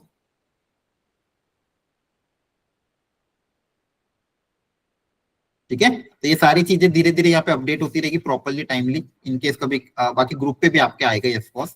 इनकेस कभी अगर टाइमली अपडेट ना हो आप लोग बता सकते सर हो। हाँ बोलो। सर आपने बोला था कि आज वो ओरिएंटेशन का बताओगे, वो सब बता दिया ना? कौन सा ओरिएंटेशन? मतलब आज आपने बोला था ना, मेरा पेपर था तो मैं पढ़ने हाँ हाँ हाँ, मैं वो वही वही समझा रहा हूँ एक्चुअली। आज सुबह जो चीजें डिस्कस हुई थी वो भी हम अभी डिस्कस कर रहे हैं, और ये प्लानर यही बताना था। ये आपको समझ में आया जो मैंने अभी समझाया? यस यहाँ सर, तक? Yes sir. ठीक ठीक। अब मैं आगे इसको कंटिन्यू करता हूँ। तो ये आपका हो गया था क्रैश कोर्स का कोर्स प्लानर, जो कि 9 अप्रैल से 18 मई तक जो भी आपका एग्जाम डेट है उस तक के बीच का है, ठीक है। अच्छा, एक डाउट डिस्कशन ग्रुप भी मैं अलग से बनाऊंगा एडवांस का उसमें, ताकि एक डाउट डिस्कशन ग्रुप सेपरेट रहे, और ये आपका जो मेन ग्रुप रहेगा इसमें आपके नोट्स, क्लास की लिंक्स और ये आती रहेगी। और एक डाउट डिस्कशन ग्रुप एडवांस का हम अलग रखेंगे, जहाँ पे आप अगेन एक दूसरे को हेल्प करना, टीचर्स भी आपकी हेल्प करेंगे। और 24 मतलब 24/7 तो नहीं, लेकिन हाँ एटलीस्ट वो ग्रुप आपके लिए सेपरेट बना रहेगा, ताकि आपको गूगल पे इधर उधर भटकने की जरूरत नहीं है, ठीक है। तो एक डाउट डिस्कशन ग्रुप के अलग से लिंक शेयर में वापस ग्रुप में करूंगा, तो आप उसको ज्वाइन कर देना। सर जो एक कि मैथ्स के हाँ बोलो। चैप्टर की सर एक मैथ्स मैथ्स के प्रायोरिटी चैप्टर की लिस्ट बना के भेज देना, क्योंकि प्रायोरिटी चैप्टर कर लेंगे बस, और मतलब उन्हें अच्छे से कर लेंगे और बाकियों को नॉर्मल कर लेंगे। देखो, प्रायोरिटी चैप्टर वही है जो यहाँ पे कवर हुए। अगर मैं बात करूं vector 3D, conic section, determinant matrices, limit continuity, differentiability, definite integration, ये 5 प्रायोरिटी चैप्टर है एंड सीक्वेंस सीरीज। ये ऑलरेडी आपके जो कोर्स में लिए गए वो ही है। एक्चुअली ये जो प्लानर बनता है ना, तो प्लानर हम ऐसे बनाते हैं, पिछले 5-10 साल का जो डेटा रहता है उस डेटा को बहुत डिटेल में एनालिसिस करती है पूरी टीम। उसका हमको पूरा बार चार्ट हम देखते हैं, उसमें क्या पैटर्न चल रहा है पिछले 5-10 साल में, और उस पैटर्न के हिसाब से, और उसमें भी जो बच्चों के लिए ईजी रहे, जो इजी टू अंडरस्टैंड, कम टाइम में अच्छे से हो पाए, वो हमने यहाँ पे टॉपिक लिए। तो जो भी यहाँ पे कोर्स प्लानर में टॉपिक लिए हैं वो लगभग आपके सारे इंपॉर्टेंट, उनमें से ही आप सिलेक्ट कर लो जो आपके अच्छे हों, ठीक है। लेकिन फिर भी अगर आपको और अलग से इन्फॉर्मेशन चाहिए मुझे मैसेज कर देना, ठीक है। तो मैं जैसा कि समझा रहा था, आपको अभी इन 40 दिन में क्या क्या ध्यान रखना है। कोई भी नया मटेरियल, कोई भी नई बुक, कोई भी यूट्यूब की PDF मत भटकना। वापिस समझा रहा हूँ, उलझ जाओगे, 8-10 घंटे बर्बाद करो तो फिर पछताते हो, वापिस आओ, ठीक है। जो क्लास में दिया हुआ उनको करो। PYQ चाहिए हो तो मैं अपलोड अभी करवा दूंगा वहां पे, चैप्टर वाइज सिलेक्टेड PYQ, ठीक है। और आपको जो वर्कशीट अभी मिलेगी उनको ही आप अटेम्प्ट करो, क्लियर है। क्वेश्चंस अटेम्प्ट करना है तो JEE मेंस के PYQ भी अटेम्प्ट कर सकते हो, हार्ड वाले। Focus on the chapter covered in class, ठीक है। Practice question and the worksheet given in class. पहली प्रायोरिटी पे जो क्लास में आपको दिया जा रहा है, क्योंकि वो टीचर को सोच समझ के बना रहा है, राइट, तो उनको आप पहले फोकस करो। एक्स्ट्रा चीजें मैं वहां पे डाल दूंगा आपकी शीट पे, अगर आपको लग रहा है कि क्लास में हमको कम क्वेश्चन मिल रहा है, हमको थोड़े और एक्स्ट्रा चाहिए, तो उस शीट में मैं अपडेट कर दूंगा। लेकिन आप लोग इधर उधर मत भटकना देखने, उसी शीट पे जाना। DPP वाले सेक्शन में मैं आपके लिए उन चैप्टर्स की DPP अपलोड कर दूंगा। Utilise short notes for revision. Again, जो भी क्लास के पहले शॉर्ट नोट्स और क्वेश्चन की प्रैक्टिस करके फिर क्लास में आना, ठीक है। जो भी क्लास में कवर हो रहा है उसको अच्छे से रिवाइज करते रहना, इतना भी कर लोगे तो आपका काम हो जाएगा। अब किस फ्लो में जाना है वो मैं समझाता हूँ। आपका दिन पूरा कैसे होना चाहिए, क्या क्या स्टेप्स का आपको ध्यान रखना है इन 40 दिन में। वो सबसे पहली स्टेप क्या है, कोई भी लेक्चर अगर अगले दिन होने वाला है तो उस लेक्चर के पहले आपको प्री रीडिंग करके जाना है अपने नोट्स से, जो आपने पहले बनाए हुए हैं, या फिर शॉर्ट नोट जो मैं ग्रुप में डाल रहा हूँ, या फिर जो शीट में अपडेटेड रहेगा। आपको पहले उन नोट्स को अच्छे से पढ़ना है। सेकेंड स्टेप, ठीक है, अगले दिन जब फिर आप क्लास अटेंड करोगे, क्लास में एकदम अटेंटिवली बैठना है, सुनना है, प्रॉपर्ली बिहेव करना है, प्रॉपर्ली पोलाइट वे में डाउट्स पूछना है, कोशिश करना कैमरा ऑन रखना। उससे पूरी क्लास का माहौल अच्छा रहेगा और आपको ज्यादा आउटपुट मिलेगा। मतलब ये आपके फायदे के लिए बता रहा हूँ, ठीक है। मेंस में आप अपन लोग कैमरा ऑफ रखते थे, यहाँ पे कैमरा ऑन रख के चलना, क्योंकि टीचर्स आप लोगों के लिए नए हैं, काफी एक्सपीरियंस टीचर है लेकिन सारे नए आप लोगों के लिए, राइट, ठीक है। तो आप लोग कैमरा ऑन करके चीजें पूछोगे, टीचर के साथ इंटरेक्ट करोगे, तो उनको पढ़ाने में मोर मजा आएगा। जितना ज्यादा टीचर को आप एनर्जेटिक बनोगे, फायदा आपका है, वो और ज्यादा अच्छा पढ़ाएगा, राइट। तो आप लोगों को कोशिश करना कैमरा ऑन रखो, अच्छे से सर के साथ बिहेव करो, अच्छे से पोलाइटली क्वेश्चंस पूछो, डाउट्स अपने पूछते रहो। लेकिन अटेंटिवली क्लास को अटेंड करना है, क्वेश्चंस को देखना है प्रॉपर्ली, क्या तरीका किस अप्रोच में स्टार्ट किया है, कैसे उस क्वेश्चन को आगे ले जाया जा रहा है, फिर आपकी अप्रोच सोचना कि आपने उसको कल कैसे ट्राई किया था, कहाँ पे आपसे गलती हुई है, वो सारा एनालिसिस उस 1.5 घंटे में आपको अच्छे से करना है। ठीक है, क्लास जब खत्म हो जाए शाम को 4 बजे बाद, आपको क्या करना है, जो जो क्वेश्चन आपसे क्लास में नहीं हुए या फिर जो वर्कशीट में बाकी रह गए थे उनको वापस से रीअटेम्प्ट करना है, ताकि उसी दिन उस चैप्टर को आप कंप्लीट कर पाओ। शाम को जब आप अटेम्प्ट कर रहे हो सकता है आपको डाउट्स आए, तो आप पहले एक दो बार खुद से ट्राई करो, नहीं आ रहा तो फिर डाउट डिस्कशन ग्रुप में पूछ के अपने डाउट्स क्लियर कर लो। तो ये आपका जो नॉर्मल मंडे टू थर्सडे ये आपका शेड्यूल प्रॉपर्ली चलना चाहिए। एक दिन पहले, फिर रात को अगेन अगले दिन की प्री रीडिंग आपको वापस करनी है। तो रात को लंच के बाद, सॉरी डिनर के बाद, अगले दिन जो कवर होने वाला है उसकी प्री रीडिंग, उसके क्वेश्चन अटेम्प्ट करने, क्लासेस और लंच के पहले जो उस दिन हो चुका है उसके बचे हुए क्वेश्चन अटेम्प्ट करो, और अगले दिन के क्वेश्चन अगर टाइम बचता तो स्टार्ट कर दो, और उसके मॉर्निंग और आफ्टरनून में आपकी रेगुलर क्लासेस चलती है। फ्राइडे को अगेन पूरा दिन आपका पेपर में चला जाएगा, शाम को 5-6 बजे तक, तो फिर थोड़ा रेस्ट ले लेना, रात को वापस उस पेपर को एक बार देख लेना कौन कौन से क्वेश्चन आपसे नहीं हुए, फिर थोड़ा बहुत मॉर्निंग में देख लेना। सैटरडे को टेस्ट डिस्कशन मिस मत करना, टेस्ट डिस्कशन अगेन इंपॉर्टेंट रहेगा, पूरा सिलेबस आपको बहुत अच्छे से कवर कराया। संडे को जो भी उस पूरे वीक में चीजें कवर हुई है, उस पूरे वीक की चीजें संडे को आपको प्रॉपर्ली रिवाइज करनी है। तो ये आपकी सारी स्टेप्स मैंने लिख दी है अच्छे से, 8 स्टेप। और आ रहा है समझ में? बोलो। Yes sir. Yes, sir. Yes sir. ये सब ट्रेन में बैठे बैठे किया है आप लोगों यस को, सर। ठीक है, ट्रेवल कर रहा था मैं, ठीक है। जो जो मुझे ज्यादा इंपॉर्टेंट लगा, आज कुछ सेशन में मैंने अटेंड किया, बस फिजिक्स का सेशन मेरा मिस हो गया था आप लोगों का, बाकी मैथ्स में तो मैं था, और केमिस्ट्री में भी थोड़ी देर के लिए आया था। अगेन लास्ट नोट ये रहेगा कि देखो, छोटी छोटी चीजों से करते करते करते करते अगले 40 दिन आपको सक्सेस तक पहुंचना है। हर दिन मोटिवेटेड रहना है, ठीक है। चीजें टफ लगेगी, नो डाउट। अब तक मेंस लेवल की चीजें कर रहे थे, एडवांस में जैसे थोड़ा एंटर करोगे, क्वेश्चन का लेवल थोड़ा सा टफ रहेगा, ठीक है, चीजें टफ दिखेगी आपको, लेकिन आपको गिव अप नहीं करना है। आपको पता है कि ठीक है स्टार्टिंग टफ है, लेकिन अगर मैं आखिरी तक मेहनत करूंगा तो कहीं ना कहीं अच्छा से अच्छी इसको कर लूंगा। और आपको मैंने पैटर्न भी बता दिया, कितने क्वेश्चन अटेम्प्ट करने, कितने क्वेश्चन पे आपका काम हो जाएगा, ठीक है। और आप ये डुएबल है। बहुत सारे बच्चों ने लास्ट ईयर मैंने देखा है कि बहुत सारे बच्चों ने स्मार्टली तैयारी करके प्रॉपरली अगर पेपर को अटेम्प्ट किया तो डुएबल है, टफ नहीं है। आपके पास अभी चांस है, ये 1 महीना, ये 40 दिन, पूरे 40 दिन तो नहीं है ऑफकोर्स, ठीक है, 45 डेज है, सॉरी 35 डेज, 35 से 40 दिन है। इन 35 से 40 दिन को आपको बहुत अच्छे से यूटिलाइज करना है।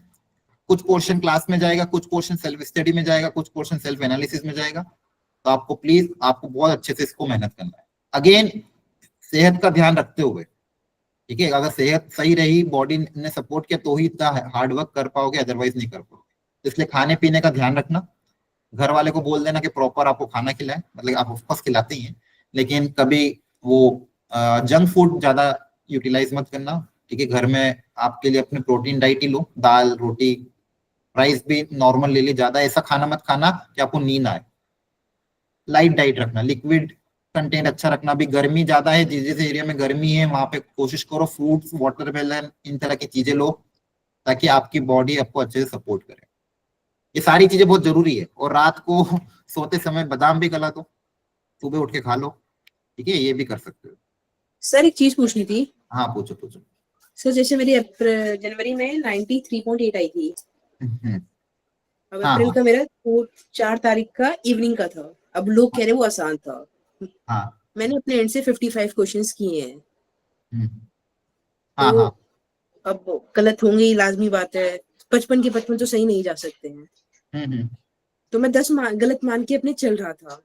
हाँ, हाँ। तो जब मैंने ओवरऑल चेक किया ना, तो मेरा स्कोर आपका कितना, मैं 220 का किया था, 50 कम कर दे उसमें कितने बन रहे थे, 170 के करीब बन रहे थे। हाँ, हाँ। तो जब मैंने ऑनलाइन चेक किया तो 170 पे 98 जा रहा था। लेकिन जब मैंने कोचिंग वाले से अपने पूछा, मतलब मैंने अलग से ज्वाइन कर रखा है, तो उन्होंने कहा कि शिफ्ट आसान थी तो परसेंटाइल ऊपर नीचे हो सकती है। हाँ, हाँ। अब तो उसका वही पूछना था, मैं क्वालिफाई मतलब अगर मैं अप्रैल के हिसाब से देखूं तो क्वालिफाई हो पाऊंगा? देखो, क्योंकि अलग अलग शिफ्ट का अलग अलग डेटा था, वो मैंने आप शायद एसओएससी से हो, यहाँ पे ऑनलाइन बच्चों के साथ शेयर किया था। हाँ, पहले भी आपने मुझे पढ़ा रखा है। हाँ, मैं याद आ गया मेरे को, ठीक है। तो देखो, अप्रैल अटेम्प्ट में जनवरी अटेम्प्ट को कंपेयर नहीं कर सकते कि अप्रैल अटेम्प्ट की किसी पर्टिकुलर शिफ्ट में अगर आपका वो पेपर था, जनवरी में कितना रहेगा वो हम कंपेयर नहीं कर पाएंगे। अगेन जनवरी में कौन सी शिफ्ट का पेपर कैसा था, क्या उसका कट ऑफ रहेगा, वो ठीक है, बहुत मैटर करे, बहुत चीजें अलग अलग हो सकती है। इस बार कट ऑफ क्या रहेगा वो भी नहीं पता। अब वो सब चीजें कब आएगी, 15-17 अप्रैल तक, तो तब तक अपन को दिमाग लगाना ही नहीं है। जो आना होगा वो आ जाएगा, जितने नंबर आने होंगे आ जाएंगे, ठीक है। उन सब में अपना टाइम इन्वेस्ट मत करो। अभी आपका पूरा फोकस किस पे जाना चाहिए कि कल मेरी क्लास है या अगले 40 दिन मेरे पास है, अगर मेरा कट ऑफ क्लियर हो गया तो बहुत अच्छी बात है, मुझे अपनी मेहनत स्टार्ट कर देनी है, मुझे अपना सर हाँ 5 मिनट भी, एक 5 मिनट भी इन्वेस्ट, टाइम इन्वेस्ट किसी अलग डायरेक्शन में नहीं करना है, ठीक है। आप लोग बस अपनी तरफ से तैयारी स्टार्ट कर दो, भिड़ जाओ इस तैयारी में, ठीक है। और बिना ये सोचे कि क्या रिजल्ट आएगा एडवांस में या फिर मेंस में, लास्ट ईयर क्या हुआ था क्या नहीं हुआ था, जो बच्चे रिपीटर्स में खासकर, पिछला भी कुछ भी दिमाग में मत लाना, या फिर मेंस में आप लोगों ने क्या किया क्या नहीं किया वो सारी चीजें अब छोड़ो। जो अब तक हो चुका है ठीक है, आप लोग यहाँ तक आए बहुत अच्छी बात है, ठीक है। आप लोगों ने यहाँ तक अपना मेंस का कट ऑफ क्लियर करा, एडवांस के लिए आप एलिजिबल हुए, ठीक है। टाइमली अब आपकी प्रिपरेशन स्टार्ट हो रही है, आपके लिए बहुत बड़ा बेनिफिशियल है। बहुत सारे बच्चे जिनका जनवरी अटेम्प्ट क्लियर नहीं हुआ वो अभी भी वेट करेंगे रिजल्ट का, फिर हो सकता है तैयारी चालू करें, राइट। लेकिन आप लोगों के लिए ये है कि चलो सारी चीजें टाइमली स्टार्ट हो रही है, ठीक है, पूरा सपोर्ट आपके पास है, आपको ही ज्यादा मेहनत करनी पड़ेगी, ठीक है। और ये हर बार मैं बोलता हूँ, कोई भी इंस्टीट्यूट का, कोई भी टीचर का रोल आपके सिलेक्शन में 30% ही है, 70% रोल आपका ही है कि आप लोग कैसे बचा हुआ टाइम यूटिलाइज करते हो, क्लास में कैसे इसको यूटिलाइज करते हो, ठीक है। 70% आपके ही डिपेंड करता है कि आपका रिजल्ट कैसा है। इसलिए पूरी मेहनत लगा देना, जी जान लगा देना, और बिना घबराए आपको ट्राई करते रहना, ठीक है। रिजल्ट का बिना सोचे, ऐसा दिमाग में मतलब सोचना कि क्या रिजल्ट आएगा, नहीं हुआ तो फिर मैं क्या करूंगा, वो सब चीजें मत सोचना, हर बार मैं बोलता हूँ, ठीक है। ये एक जर्नी है, आगे और भी अपॉर्चुनिटीज आपको मिलेगी, ठीक है। जिनका अगर मान लो IIT में नहीं भी होता है, वो कॉलेज में जाने के बाद गेट की तैयारी करते हैं, फिर IIT जैम की तैयारी करते हैं, और भी अच्छे कॉलेज मिलते हैं, फिर उनको जाके टॉप कॉलेजेस में जा सकते हैं, वापस से MTech कर सकते हैं, राइट। कोई कैट की तैयारी करके MBA के IIM के टॉप कॉलेज में चल जाता है, कोई ISI के एग्जाम देता है तो वापस से ISI से MTech कर लेता है, ठीक है। कोई कुछ और कर लेता है, तो बहुत बहुत अपॉर्चुनिटीज है लाइफ में आगे। तो ये एंड नहीं है, अभी स्टार्ट हुआ है। हाँ ठीक है, हमारे पास ये 40 दिन है, इन 40 दिन को पूरी ईमानदारी से यूटिलाइज करना, बस और कुछ नहीं, इतना ही ध्यान रखना कि ये 40 दिन मुझे अपनी पूरी ईमानदारी से, पूरी मेहनत से यूटिलाइज करना है। रिजल्ट आ गया तो अच्छी बात है, नहीं भी आया तो मैं कुछ ना कुछ जीवन में कर लूँ। अरे हाँ है ना, बोलो। यस सर, सही कह रहे हैं आप। ठीक है, सब लोगों को सुनाई दे रहा है? Yes sir. ठीक है। हाँ सर एक और चीज पूछनी थी। हाँ हाँ बोलो बोलो। सर बिट्स, मैंने जैसे मैं पूछ रहा था कि जैसे अभी मैंने बिट्स का फॉर्म नहीं भरा है, बिट सेट का, तो उसको भरूं ना भरूं, या फिर जेई मेंस का रिजल्ट का इंतजार करूं?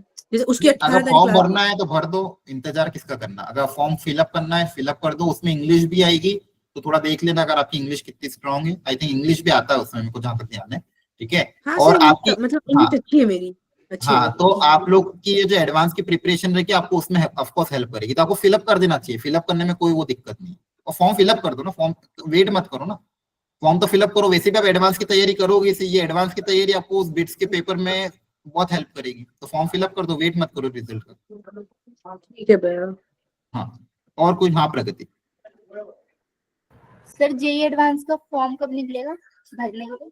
ये वापस निकलेगा आई थिंक 23 अप्रैल तक, 23-24 अप्रैल। वो आपकी इन्फॉर्मेशन ग्रुप में हम भेजेंगे, मैं टाइमली हर चीज भेजूंगा, आपको चिंता नहीं करना है, ठीक है। आपके ग्रुप में हर इन्फॉर्मेशन टाइमली आएगी, ठीक है। आप लोगों को बस इसलिए क्या है ना, सब चीजें बहुत कंसाइज करके देती है कि आपको बस पढ़ना है, और एक शीट भी आपके लिए बना दी ताकि आपको आप कुछ भी भटकने की जरूरत नहीं, सारी चीजें एक जगह है। जितना प्रैक्टिस आप क्वेश्चन सॉल्विंग आप लोग सब लोग करोगे उतना फायदा है, ठीक है। फिर भले क्लासेस कहीं से भी अटेंड करो, यूट्यूब से पढ़ो, किसी इंस्टीट्यूट में जाके पढ़ो, या फिर कहीं से भी पढ़ो, मेन आपका ही रोल है, आपको क्वेश्चन की प्रैक्टिस अच्छे से करनी और उनको अच्छे से समझना और डाउट डिस्कशन करना, तो हर चीज आपको अवेलेबल, ठीक है। और बोलो। हाँ एक चीज और पूछनी थी, जैसे फिजिक्स वाली मैम ने बोला था कि अगर आप कोई पर्टिकुलर चैप्टर आपको नहीं आता है, बट आपका जो जैसे कोई भी चैप्टर मैकेनिक्स है और रोटेशनल है, तो एक दूसरे से मिक्स होकर क्वेश्चंस आते हैं, तो फिर पर्टिकुलर चैप्टर करने का तो कोई फायदा नहीं ना, उसको भी करना ही पड़ेगा साथ में, तो फिर उसको स्ट्रॉन्ग करना पड़ेगा। मैकेनिक्स जैसे नहीं स्ट्रॉन्ग नहीं है, मतलब मीडियम लेवल पे आती है मुझे। देखो फंडामेंटल नॉलेज पता होना चाहिए। अगर मान लो किसी दो चैप्टर से मिक्स होकर क्वेश्चन आ रहा है, आपको मान लो कोई एक चैप्टर बहुत अच्छा आता है, दूसरा चैप्टर नहीं आता, तो एटलीस्ट फंडामेंटल उसका पढ़ लो, ताकि अगर उसका यूज हो, अगर आप क्वेश्चन आपके लिए डुएबल है तो करना है, और डुएबल नहीं है तो छोड़ देना है। फॉर एग्जाम्पल मैथ्स में भी हो सकता है ऐसा हो कि आपको कोई दो चैप्टर का मिक्स होकर क्वेश्चन आ रहा है, तो फंडामेंटल जो मेंस लेवल का वो पता होना चाहिए, जैसे मैट्रिसेस डिटरमिनेंट में कभी कभी पीएनसी का रोल आ जाता है, कभी कभी बाइनोमियल में मिक्स होकर क्वेश्चन आ जाएगा, कभी मैट्रिसेस डिटरमिनेंट ट्रिग्नोमेट्री का मिक्स होकर क्वेश्चन। अगेन अब ट्रिग्नोमेट्री बहुत वास्ट है, हो सकता है आपको बहुत डिटेल में ना आती हो, लेकिन फंडामेंटल पता होगी तो हो सकता है क्वेश्चन अटेम्प्ट हो जाए। तो मेंस लेवल का फंडामेंटल कर लो, जो चैप्टर आपकी स्ट्रॉन्ग है उसको अच्छे से करो। अच्छा मुझे एक चीज बता, आज फिजिक्स का मैं अटेंड नहीं कर पाया था, क्या क्या हुआ वहां पे डिस्कस, समझ में आया था आपको? कौन मैम थे क्या? यस सर, मैम थी। क्या क्या बताया उन्होंने? उन्होंने शेड्यूल बताया था और ये बताया था क्या करना चाहिए और क्या नहीं करना चाहिए, और इम्पोर्टेंट चैप्टर्स पे ध्यान देना चाहिए, और क्लासेस का थोड़ा बताया था। अच्छा अच्छा अच्छा, ठीक है। बाकी आप सब भैया? लोगों को तीनों ओरिएंटेशन अच्छे लगे थे, समझ में आया था क्या उनमें डिस्कस हुआ सब लोगों को? हाँ भैया, यस सर। आया आया भैया, आया। ओके, जतिन, हर्षिता, यशवीर, कैसा सर क्या रहा था? मैथ्स की भी नहीं दे पाया था मैथ्स की नहीं देख पाए? सर, सिर्फ मैथ्स की ले पाया था, बाकी नहीं ले अच्छा पाया था, एक्चुअली कुछ काम करना पड़ा। अच्छा अच्छा, जतिन आपने लिए थे, बाकी के? वरुण? सर मेरा तो पेपर था। अच्छा सॉरी सॉरी, आपका पेपर था। सोहेल, आयुष, प्रियांशु, तुषार, लिए थे। गौरव, आपने किए थे यस अटेंड? सर, मैं फिजिक्स का लिया था। फिजिक्स का लिया था, क्या समझाया बताओ थोड़ा शॉर्ट में, ताकि जिन मैं भी अटेंड नहीं कर पाया था, बाकी लोगों को भी पता चल जाएगा। क्या टिप्स बताई थी फिजिक्स में? सर मैम ने इम्पोर्टेंट चैप्टर्स बताए थे सारे, और कहा और था कि मतलब पीवाईक्यू प्रैक्टिस कराएंगी ज़्यादा और इम्पोर्टेंट क्वेश्चंस भी ले लेंगे। ठीक है। और मैम अच्छा ने आप लोगों बताया ने, था कि हाँ हाँ बोलो, हाँ हाँ। और क्या बताया था? भटकना नहीं है, मतलब कि ये कर लो वो कर लो, ये किताब लगा लो वो लगा लो। हाँ बिल्कुल, सही है सही है। अच्छा आप लोगों ने ये पूछा उनसे कि होमवर्क की वर्कशीट वो कैसे देंगे क्लास के पहले, मतलब या फिर क्लास नोट्स में इंक्लूड कर देंगे, ऐसा कुछ पूछा था किसी ने? सर मैथ्स वाले सर ने बोला था मैंने कि वो पूछा जो भी था। कराने वाले होंगे वो मैं एक दिन पहले दे देंगे, और उसी के हाँ अंदर वो, अगर कुछ हाँ नया ऐड ऑन करना होगा उनका होगा। ठीक ठीक, और मैथ्स में तो हो गया था, फिजिक्स केमिस्ट्री में? फिजिक्स वाले उन्होंने, एक मिनट सर सर क्या फिजिक्स में बोलते मैंने हैं, डीपीपी का पूछा था, तो उन्होंने बोला था कि चैप्टर खत्म होने के बाद डीपीपी मिल जाएगा करीब। अच्छा अच्छा, वो डीपी पे अलग से देंगे, ओके ओके। और केमिस्ट्री में किसी ने पूछा था? केमिस्ट्री में ऐसा कोई डिस्कशन हुआ था क्या? सर सिमिलर फॉर केमिस्ट्री, उन्होंने यही कहा था कि after classes you will be provided DPPs और देन अच्छा we have to solve it. Okay okay, चलो बढ़िया है फिर, ठीक है, ये क्लैरिटी आ गई है तो अच्छी बात है कि खैर उन टीचर्स को मैंने ग्रुप में भी ऐड कर दिया है आप लोगों के, तो वहीं पे आपको चीजें टाइमली मिलती जाएगी। बाकी मैं भी हूँ, इनके कभी अगर टाइमली कुछ नहीं आएगा तो फिर मैं प्रोवाइड करा दूंगा। बाकी ये शीट भी मैंने बना दी है, कुछ एक्स्ट्रा डीपीपीज भी अगर हुआ तो मैं वहां पे अपलोड करूंगा उसी शीट में। अगर आपको लगता है किसी पर्टिकुलर चैप्टर का आपको क्वेश्चन सॉल्व करने की एक्स्ट्रा जरूरत है तो आप वो वाले क्वेश्चन अटेम्प्ट कर लेना। वो मैंने खुद से बनाया, मैथ्स में तो खुद से ही बनाए, ठीक है, तो वो सिलेक्ट करके ही बनाया, उसमें मेंस और एडवांस के दोनों जो काम के क्वेश्चन है वो इंक्लूड कर दी। तो अगर आपको रिक्वायरमेंट हो तो ही देखना, अदरवाइज जो सर दे रहे हैं पहली प्रायोरिटी में वही करना, ठीक है? सर एक चीज पूछनी थी मैथ्स, हाँ मतलब ये मैथ्स के लिए हाँ थी सर। जैसे एडवांस में एक सेक्शन आता है स्पेसिफिक जिसमें मल्टी करेक्ट होते हैं, हाँ हाँ।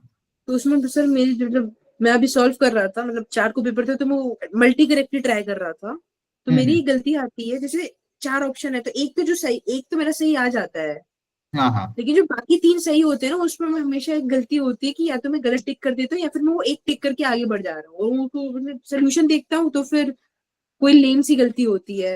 हाँ हाँ। अब तो अब उसमें ये धीरे धीरे अभी सीख सीख के ही आगे बढ़ोगे, पूरा 40 दिन है तो आपको है ना, यही मैंने बताया था कि जो आपको आ रहा है शॉर्ट शॉर्ट उसको आप टिक कर दो, जहां पे भी आपको लग रहा है कि हो सकता है गलत हो सकता है, या फिर आपको लग रहा है कि पूरी तरह से आप श्योर नहीं हो 100%, तो टिक मत करना। या फिर अगर आप सॉल्व करके एक बार वापस क्रॉस चेक कर लेना कहीं उसमें कैलकुलेशन एरर करना हो, 100% श्योरिटी हो फिर ही दो या 3 ऑप्शन आगे के टिक करना, ठीक है? कोशिश ये करना एटलीस्ट पूरा ना आए तो पार्शियल मार्किंग जरूर लेके आओ, अदरवाइज -2 बहुत नुकसान कर देता है, ठीक है?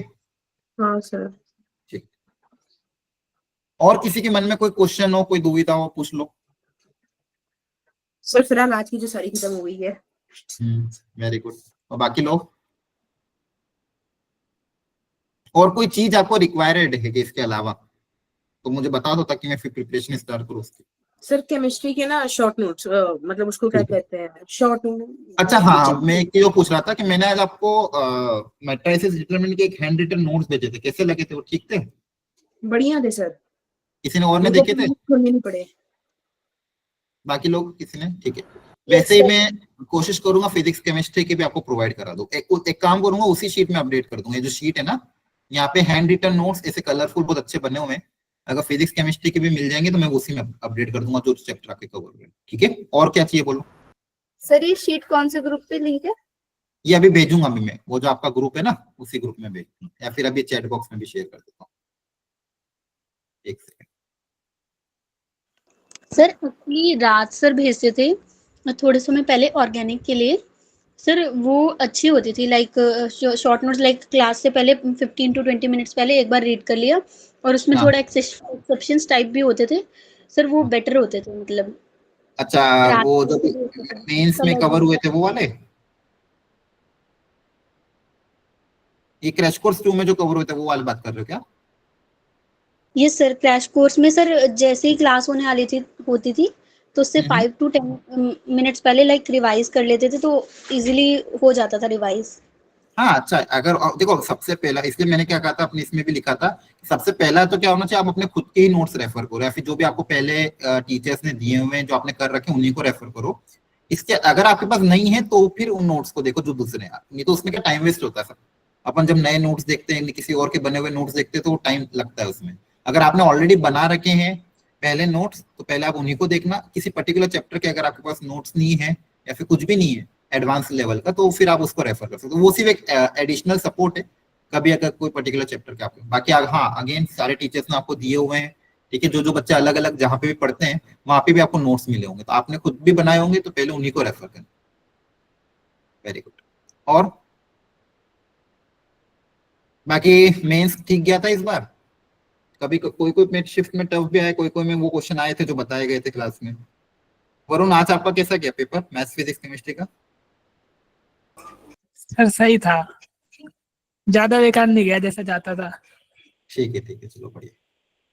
चलो कोई बात नहीं, अब जो हो गया सबका पेपर कंप्लीट हो चुका है, अब नई जर्नी स्टार्ट करनी है। नेक्स्ट 40 डेज पूरी मेहनत लगा दो, अपना खुद का सेहत का भी ध्यान रखना, और सारी चीजें अवेलेबल है। इनकेस कभी कोई चीज मिस हो जाती है आप मुझे मैसेज अलग से ड्रॉप कर दें, ठीक है। और संडे को, जैसे संडे आपकी क्लासेस नहीं रहेगी, आपको लगता है कि कोई चीज आपको पढ़ना है, कोई चीज की अलग से क्लास चाहिए तो भी बता देना, तो मैं संडे को एक्स्ट्रा सेशन आपके लिए लेगा, ठीक है। क्लियर है? बोलो। Yes sir. ठीक है, ओके। चलो आई थिंक सब डिस्कस हो चुका है, और किसी को कुछ पूछना तो नहीं है? सर इफ पॉसिबल तो सब्जेक्ट वाइज चैप्टर्स का वेटेज चार्ट अवेलेबल करा दीजिएगा, तो प्रायोरिटी चैप्टर सेलेक्ट करने में इजी रहेगा। ठीक है, मैं अवेलेबल करा दूंगा, लेकिन ये जो बने हुए हैं अगेन उसी के हिसाब से बने हुए हैं, लेकिन हाँ फिर भी मैं इसी शीट की लास्ट में जेई के पिछले 5 साल का एनालिसिस डाल दूंगा, ठीक है, आप उसको रेफर कर सकते ओके सर। हैं। ओके, और कुछ बच्चों, एनीवन? ठीक है बाकी सब? ओके चलो, yes thank you sir, good night, okay मिलते थैंक यू, हैं। बाय बाय, गुड नाइट, शुभ रात्रि, टेक केयर, बाय।